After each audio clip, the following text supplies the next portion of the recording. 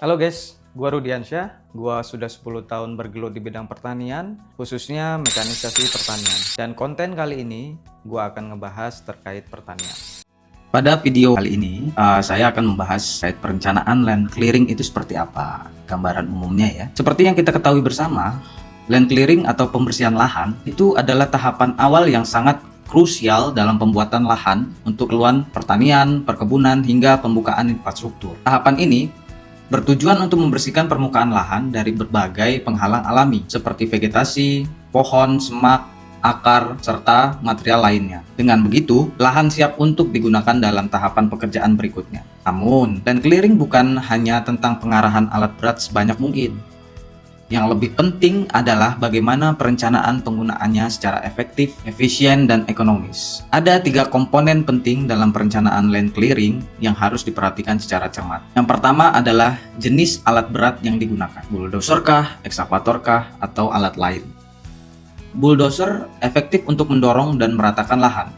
Ekskavator digunakan untuk mencabut akar dan pohon. Itu secara idealnya digunakan seperti itu. Tetapi tergantung kondisi lahan ya. Jika lahannya berawa, itu efektif justru menggunakan ekskavator. Karena dia punya bucket sehingga bisa menjangkau lahan-lahan yang lebih kering gitu jika terjadinya slip. Yang kedua adalah perhitungan jumlah alat berat. Nah, ini sangat tergantung pada luas lahan, kondisi topografi, dan jenis vegetasi. Makanya di awal itu harus ada survei lahan, survei kondisi topografinya juga, di mappingin secara visual dalam bentuk gambar, dan itu yang digunakan nanti untuk operation land clearing.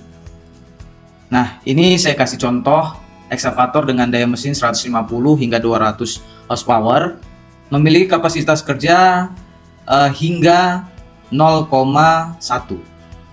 Walaupun di lapangan itu sangat bervariasi ya, tergantung vegetasinya. Nah, 0,1 itu untuk vegetasi sedang, sedangkan dalam video terlihat vegetasinya itu sangat-sangat rapat dan memiliki vegetasi yang memiliki diameter yang cukup besar ya, kalau bisa dibilang 20-40 cm. Jadi efektivitas kerja atau kapasitas kerjanya berkurang sampai dengan 0,05. Dan yang ketiga adalah efisiensi biaya operasional. Setiap jam alat berat bekerja, biaya terus berjalan, mulai dari bahan bakar, operator, hingga penyusutan alat, dihitungnya semuanya per jam. Karena itu penting untuk memastikan alat hanya bergerak saat benar-benar dibutuhkan dan mampu memberikan output yang maksimal. Kesalahan dalam perhitungan biasanya berdampak besar pada waktu, biaya yang membengkak, bahkan target tidak tercapai. Nah, oleh karena itu, perencanaan land clearing yang tepat bukan hanya soal teknis, tapi juga tentang manajemen sumber daya yang cerdas dan terukur.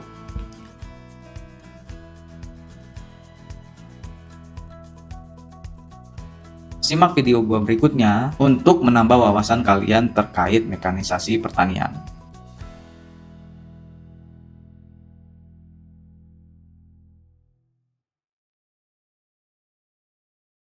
Jangan lupa follow dan ikuti terus konten ini agar kamu tidak ketinggalan berita terkait pertanian.